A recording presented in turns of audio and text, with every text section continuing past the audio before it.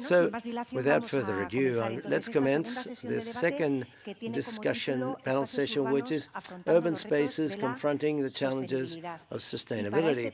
So, okay, we have with us for this two magnificent speakers. Well, on one hand, Alexander Boto, General Director of IHOBE, Environmental Economist, this is training, Hélène Chartier, Director of Urban Planning and Design of the C40 City Network. So therefore, I'm going to start with you, Alex, if you deem. From IHOBE, you're promoting projects and initiatives that are in line with the European Green Pact. So, how do you join sustainability and urban space, and what efforts are you making in order to put this into action, so to speak? Speaking in Basque now. Excuse me.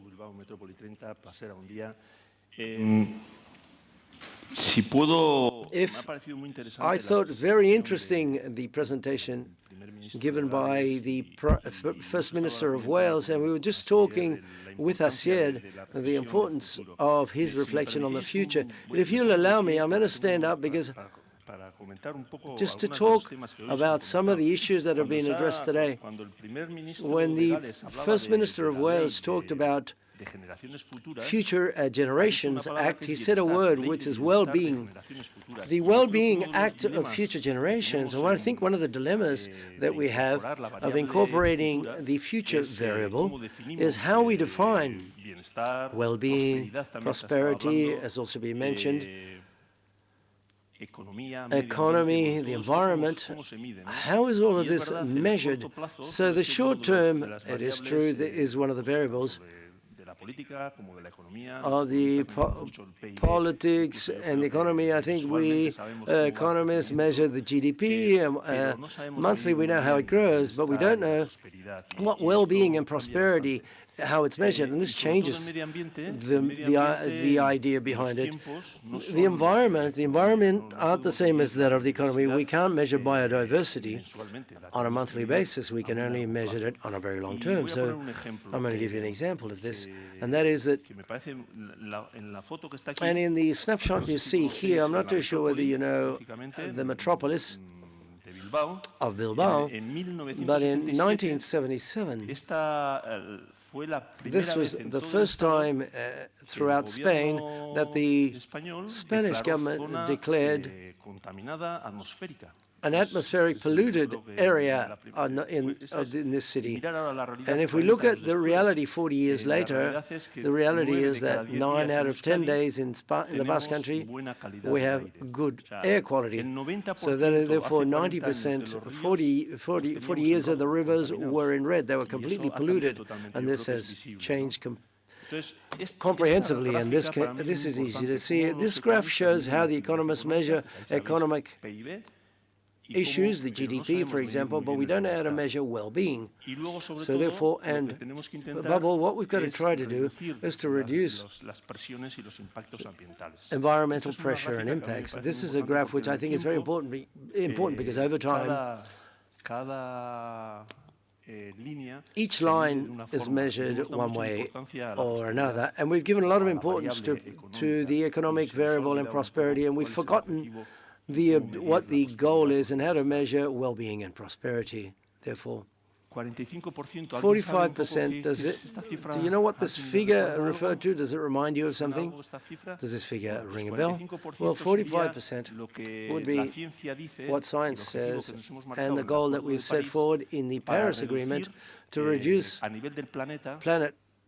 at a planet level greenhouse emission gases for 2030, and we have to reduce 45% of these in order to not exceed the 2 degrees of the pre-industrial era.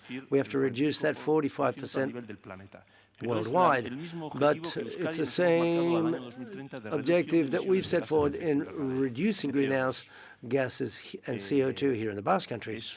So therefore, it's a very ambitious goal. Difficult, we're going down the right path, but we have to continue to accelerate. And it's another 45%. You've talked about the circular economy and circular economy, that is to say, the consumption of raw materials impacts the CO2 of this 45%. That is, 45% of all the emissions can be reduced with the appropriate management of circular economy or the consumption of raw materials. Vis-a-vis climate change, I think this is going to be important as well, because the migratory movements, migration, yesterday, I think, before we were talking with Hélène, yesterday was in March, almost 30 degrees here in Bilbao. And this is, I think it's quite evident, science was already telling us this, but this is going to happen. Transformation, the word transformation, I think is very important. Speaking in Basque now, this is being lived through. This wasn't yesterday's photo snapshot, but we could use it as a snapshot from yesterday. This is very important because we have to adapt ourselves to the situation. In the Basque Country, we're adapting ourselves,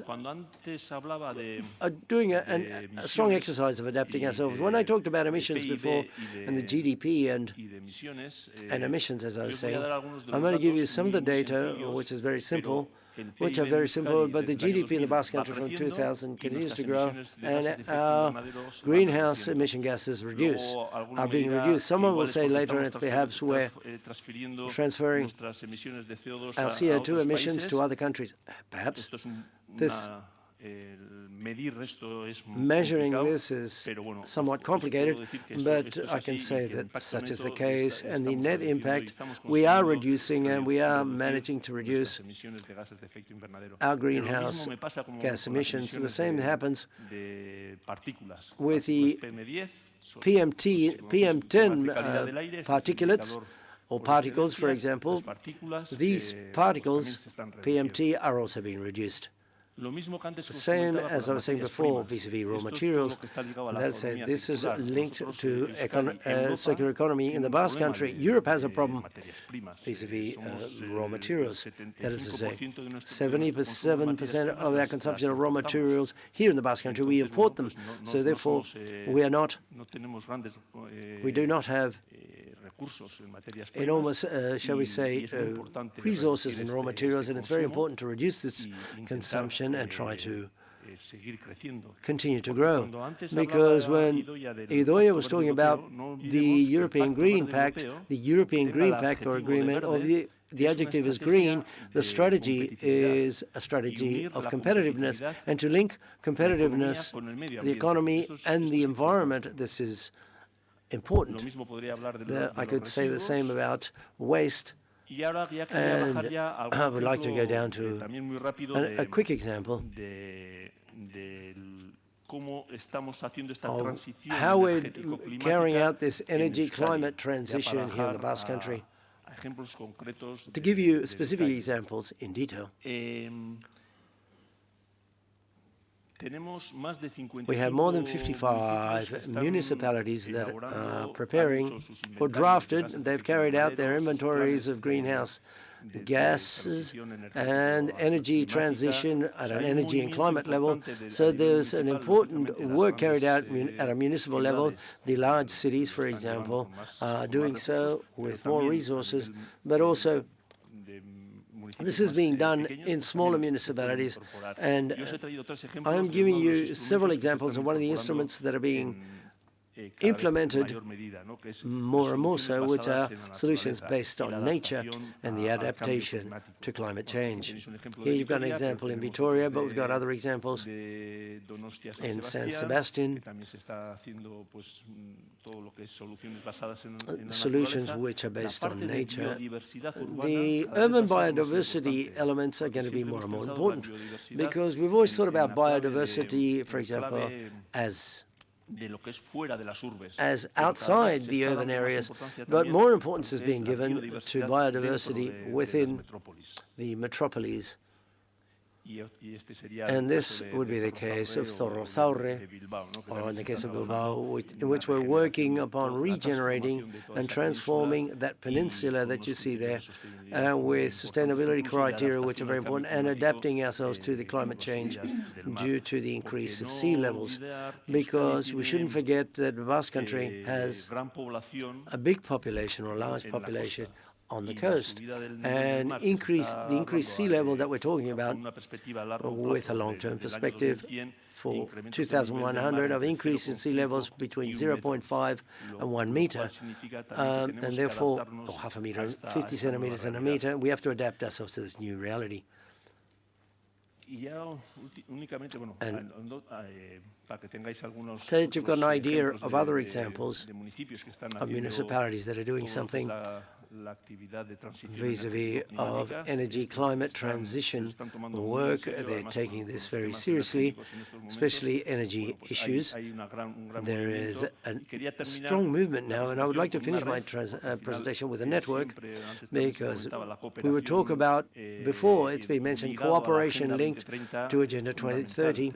It's very important to have the framework of Agenda 2030 is of utmost importance, and I think we've got this vast network of sustainable municipalities. And I think we have 210 Basque municipalities adhered to this network, but even more important is the 20 regional entities that last year, for the first time, form part of the network. It's not a public-private collaboration, it's public-public collaboration with government, provincial council, development agencies with man communities, for example, and there are town councils. We can talk about financing later. Private companies are not involved, they've been interested in them participating, but for the time being, we're seeing how we can impregnate sustainability, be it from an environmental, social, or cultural standpoint. There are people who are working upon equality issues, the Basque language, and this is what's very important here. And this network, what it's doing is to collaborate. So therefore, it's still public, and I think this is the brief presentation that I wanted to give you to set the stage and answer your question. A big round of applause for Alex, please. Luego tendremos más ocasión de profundizar. Gracias por esta radiografía de los datos y de algunos proyectos que estáis impulsando desde IHOBE. Thank you for this initiative you're promoting from IHOBE and this public-public collaboration, which is not to be not considered. And we're going to listen to Hélène now. And I'd like to ask a first question, quick question regarding the C40 network and the importance of the collaboration between mayors and mayoresses of the whole world regarding climate change. Could you share with us some views as to the aims of that network? Very much. I'm sorry, I don't speak Basque and I don't speak Spanish, but I'm very glad to be here. Thank you very much, Idoia, for inviting me. So yes, maybe just let me just explain who we are.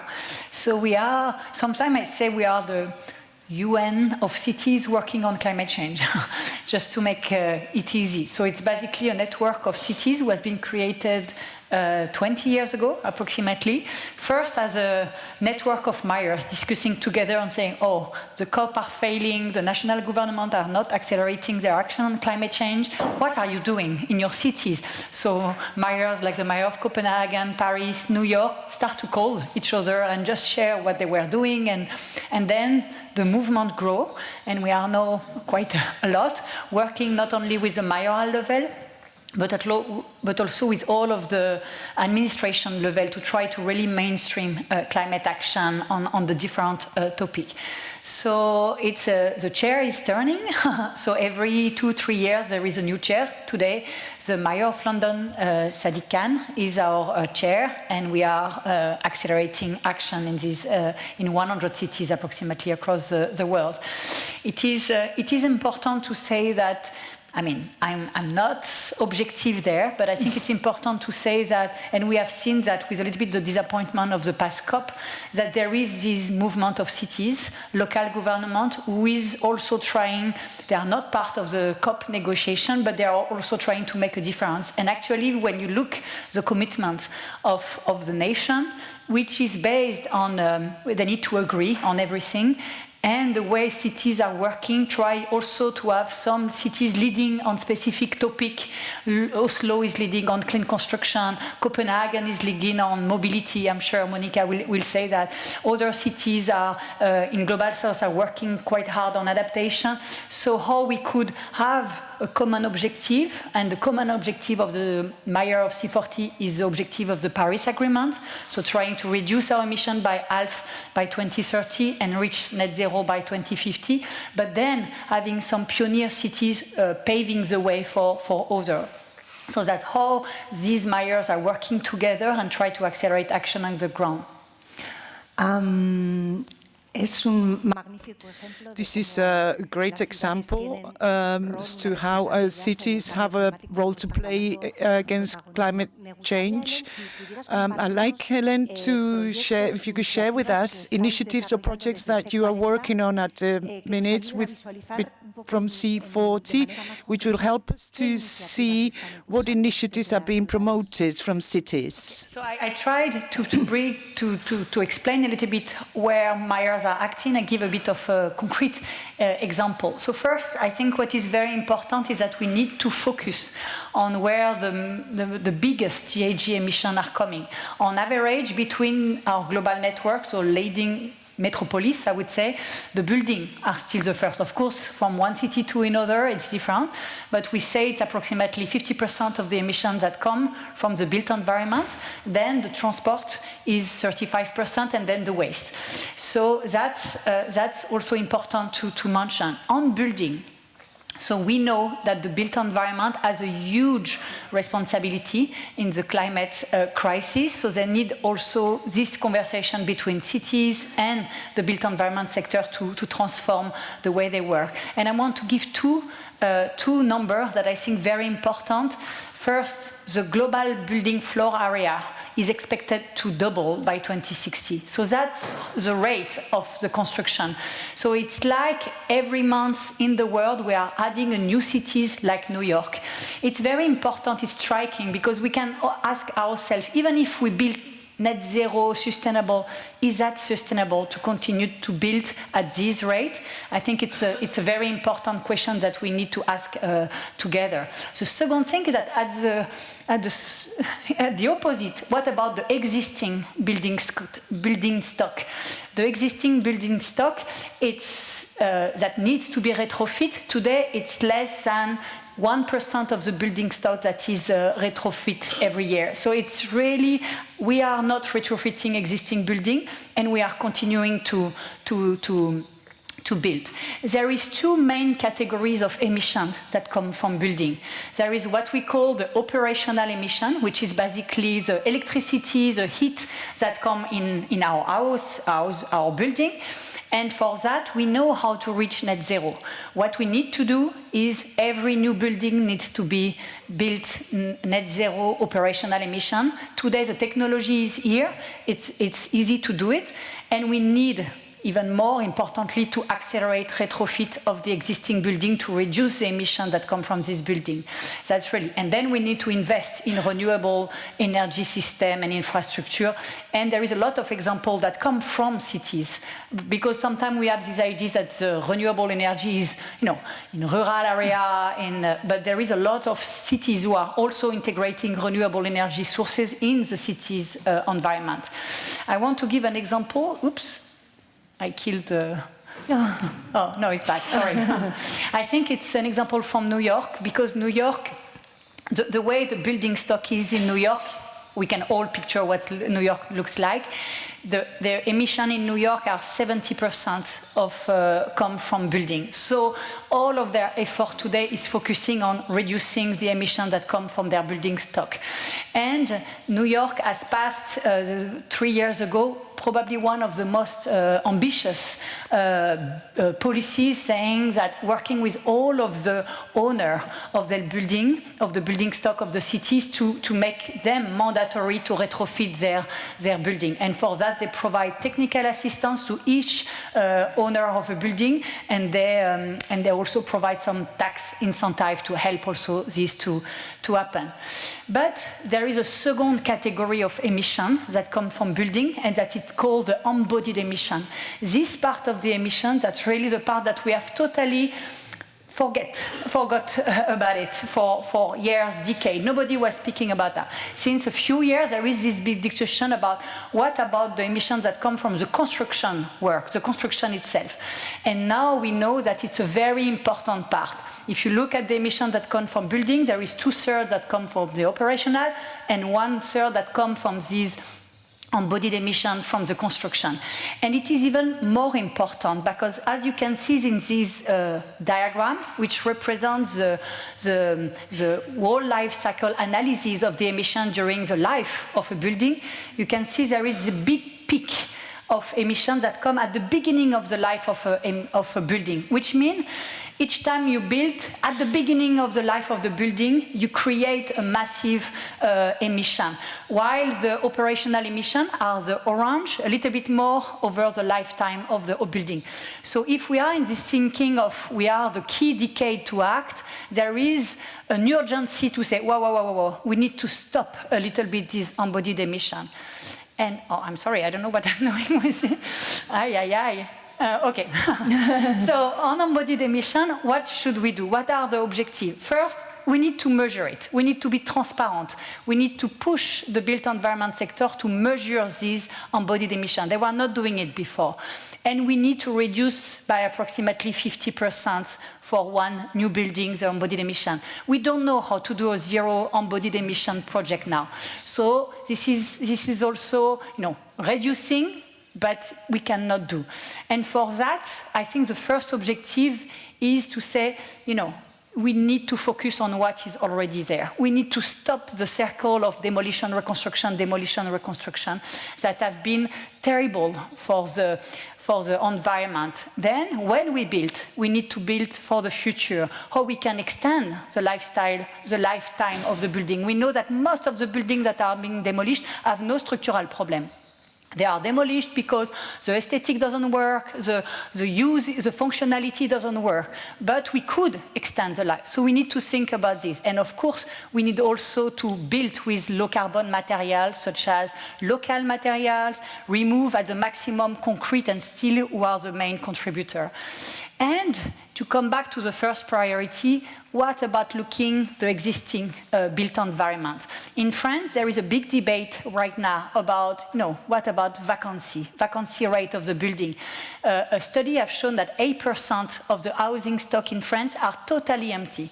And if you add the secondary housing, who are on average used 3 weeks a year, it's 18% of the housing stock of France who is totally empty or almost empty. And I'm not talking about offices, because since COVID, this is also a big debate. And in Paris, for example, today the most controversial discussion is about stopping any new construction on offices. They say, we don't know how we will work in 10 years, in 5 years. There is such a big change in the way we work, we need to stop, because we need to stop this embodied emission.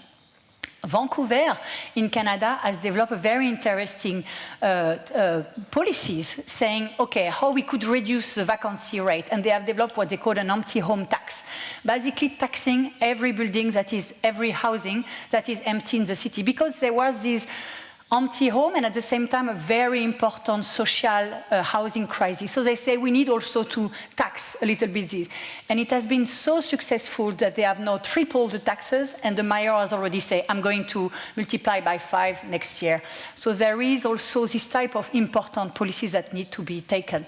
I was mentioning expanding the life of the building, the previous Pritzker Prize, Lacaton and Vassal, they are French, I'm a little bit but I think it's very important. They have been really pioneer on how we could stop demolishing, but transforming, reusing, with one of the projects here in Bordeaux, who show that, this building from the 70s that nobody thinks it's interesting can be transformed to something more positive, where people see how they can live.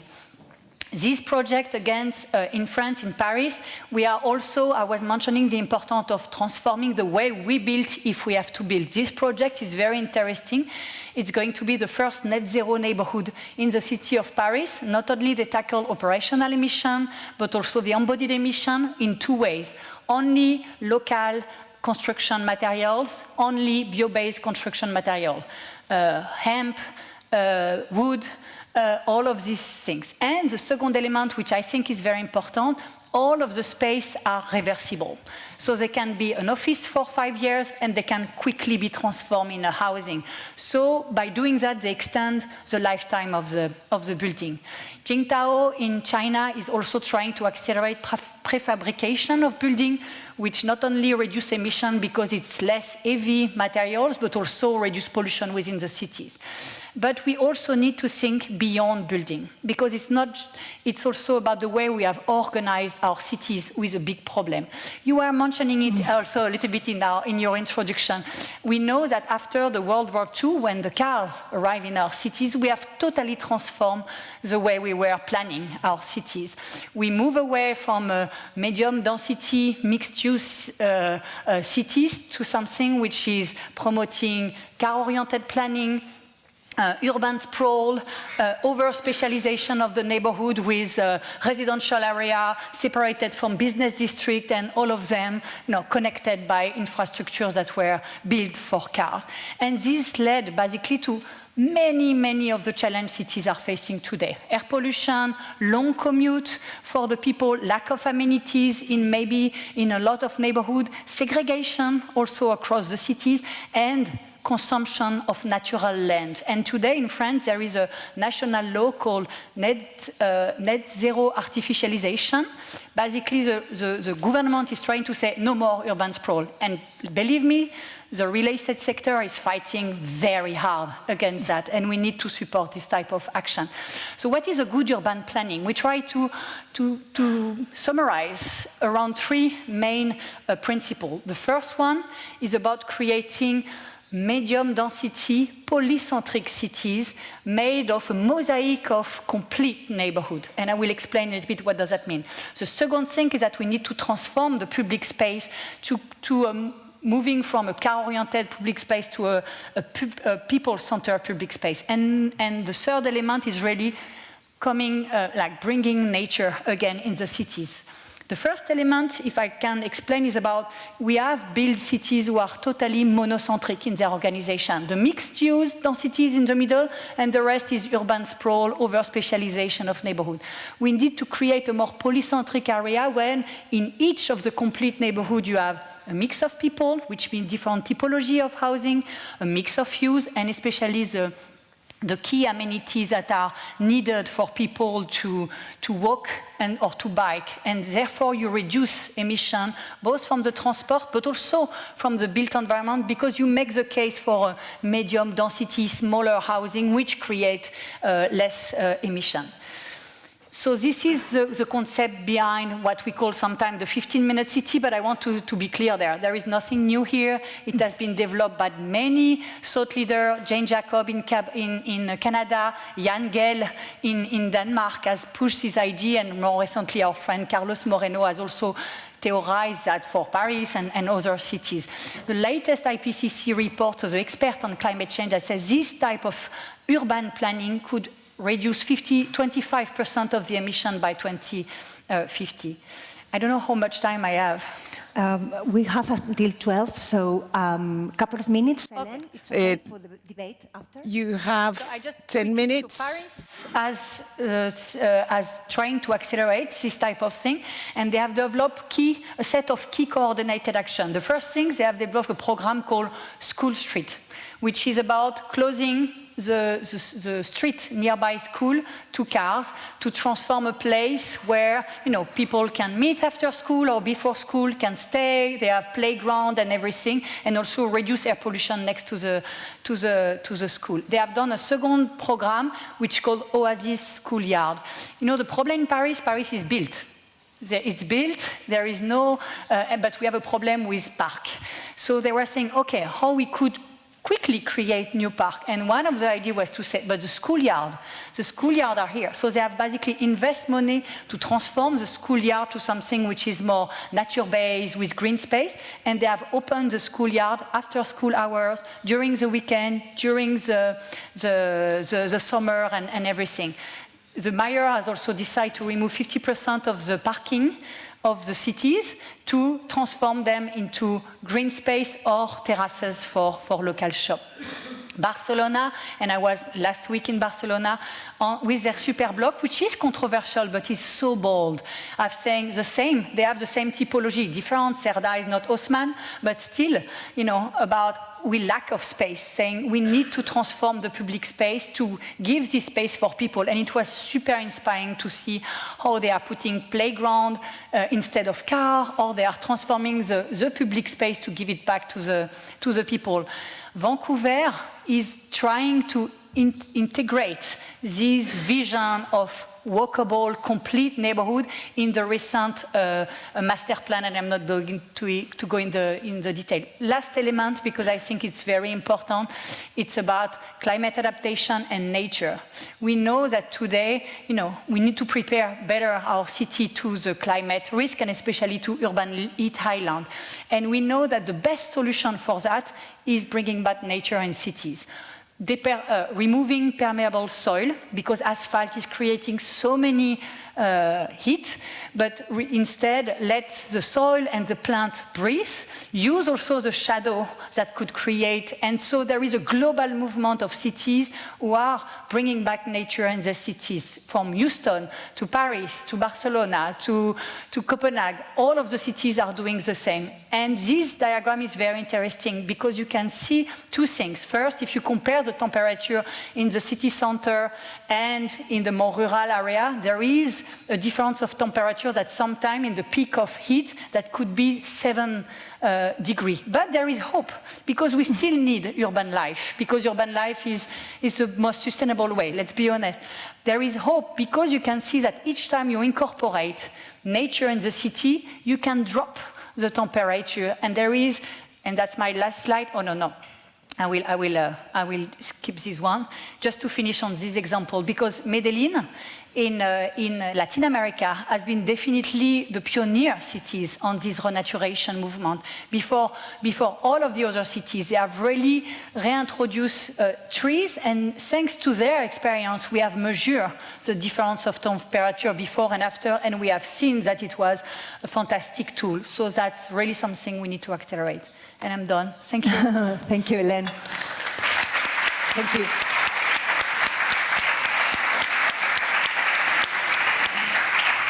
Bueno, en los minutos que nos quedan para este debate, the times we have left for this discussion, the first question has to do with incorporating the private sector. That is to say, when you've spoken about examples, Alex, for example, of this network that's promoted from the public side, and Hélène has talked about the C40, a network of mayors and mayoresses of the world. How do we engage the private side and citizens in this challenge, which is a shared challenge at the end of the day? Are there any incentives or are there any opportunities that you know or that are being implemented in order to join those efforts from the private and social sides to this public cause? Alex. Before talking about this, I like Helene's presentation very much, and I think that one of the overheads where she talked about the building and urbanism side of things, the design phase is very important, because any product or any building, in this case, the environmental impact, 80% of the environmental impact of the life cycle of that product will be determined in the design phase. So therefore, it's very important. That's why circular economy, what it does is, in all products that you want, for example, that we manufacture, 80% of the impact throughout the life cycle would be in the design phase. That is why circular economy is of utmost importance. So therefore, incorporating it, and it's being done also in municipalities, in urbanism, and in land planning or territorial planning. How is it being done in the private businesses? In the Basque Country, I think it's essential that the private sector be involved in this wave of transformation towards a global sustainability, economic and social and environmental. It has the financial resources and innovation, and I think that the administration needs, citizens need the private sector, end of the day. When delegations from abroad come along, what draws their attention? Well, our attention is our private and public collaboration. We think this is quite natural for us, and this is something that they highlight the most. They say we have a cluster policy as a tradition. That public-private collaboration is quite standard or normal for us. But in our field, from IHOBE, as a public entity pertaining to the Basque government, this legislature, this collaboration is even closer because we're in the same economic and sustainability department in the same area. So therefore, we're working very well. And there are some people who are saying, this isn't going to work to put the economic and the environmental world together. No, but we're demonstrating that they're working very well. And this is what the European Green Agreement says. Specific examples of collaborations in our field. We have a network in which two organizations, public, SPRI organizations, and IHOBE, the SPRI and the IHOBE, with 16 large enterprises, which is the Basque Eco-Design Center. These large enterprises are from the Basque Country. I've got written down some of them. We've got Iberdrola here, for example, the large driving forces like Iberdrola, CAF, Arcelor, CIE Automotive. So therefore, CIE Automotive, so therefore the financial world with CaixaBank and Caja Laboral are also form part of the Basque Design Center collaboration, because sustainability is being incorporated into the financial world in Basque companies or businesses, and that is why the administration, the public-private collaboration is of utmost importance, or essential, better said, and we're demonstrating this in many of the initiatives like the Basque Eco-Design Center, and we can also talk about the issue of tax issues, environmental taxation is also going to be very important over the coming years, and these are the main guidelines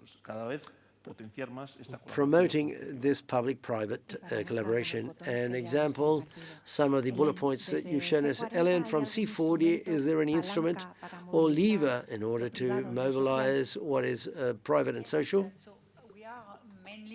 The organization of cities. That being said, we cannot do, there is really definitely a need for this collaboration. And if I can just take one example, I was trying to explain, we need the built environment, the real estate sector to change the way they work. They need to stop, promoting new development, to focus on accelerating retrofit. And it's a big change for them, to be honest. But so there is a need for the local government to help them, because this is job as well.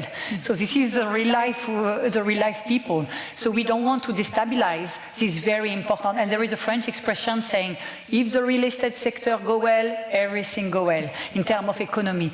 So the cities are also mindful to not create problem, but at the same time we need them to transform their way of working, to focus and to find financially viable way of financing retrofit of building rather than focusing on new development that have developed crazily for the past decade.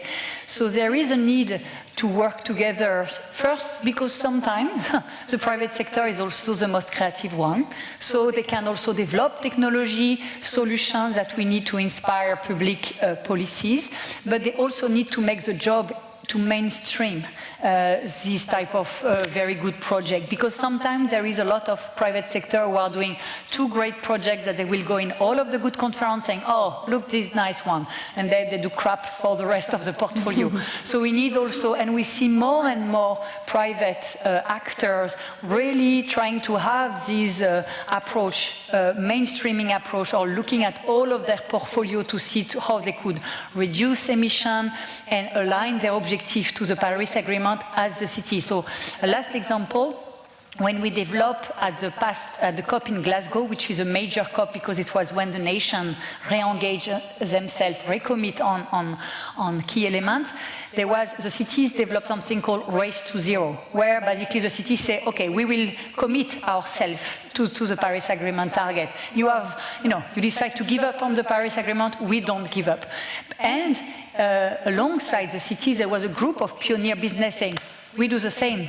So it was very important because it was not only showcasing a few nice projects, it was saying, okay, it's going to be hard, but I'm going to look at my portfolio and trying to have the same. So that's this coalition, emulation, sometimes constraint when you change your building code, when you develop this new rule of stopping urban sprawl, they start to, but at the same time, a lot of them saying, okay, this is happening anyway, so how I can be pioneer rather than following this type of rules. So that's why we need this discussion.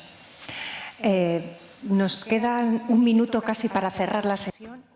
We have 1 minute to close this session, and I'm going to ask you to wrap up in relation to the role of cities in this global climate challenge.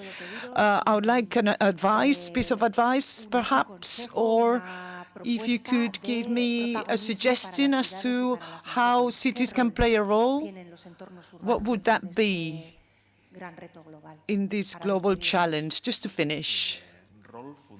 A fundamental key role, I would say, and only in half a minute, I just want to say low emission areas. They have to be compliant by law, as Hélène said, as to the holistic vision of the sustainability.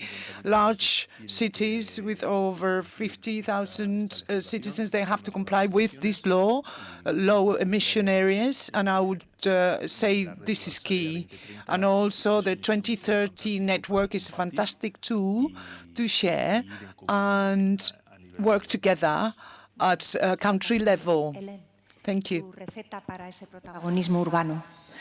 So I think we are at a key moment. I really believe we are at a key moment where there is no more climato-sceptic people, if we remove the crazy people. But there is a need to put the topic at the heart of every decision making. That's really what we need to do. There is an inspiring, if I can, example that comes from Oslo, was developed what we call a climate budgeting. And we are now working with a group of cities who try to do the same. And basically, what is a climate budgeting? It's saying, in a city, there is a finance department. The finance department is looking at every decision to say, okay, how many it costs? But they will do exactly the same process with emission. How many emissions it costs. And so this is really how do you mainstream.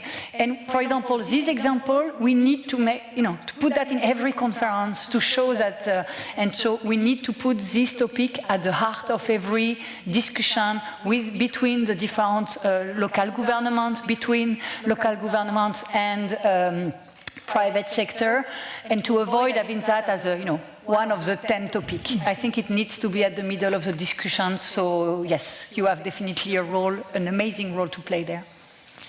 Okay, pues con esto, si os parece, damos por finalizada esta sesión. And with this, we finish this session. I'd like you to thank Hélène and Alex for their contribution. Thank you very much.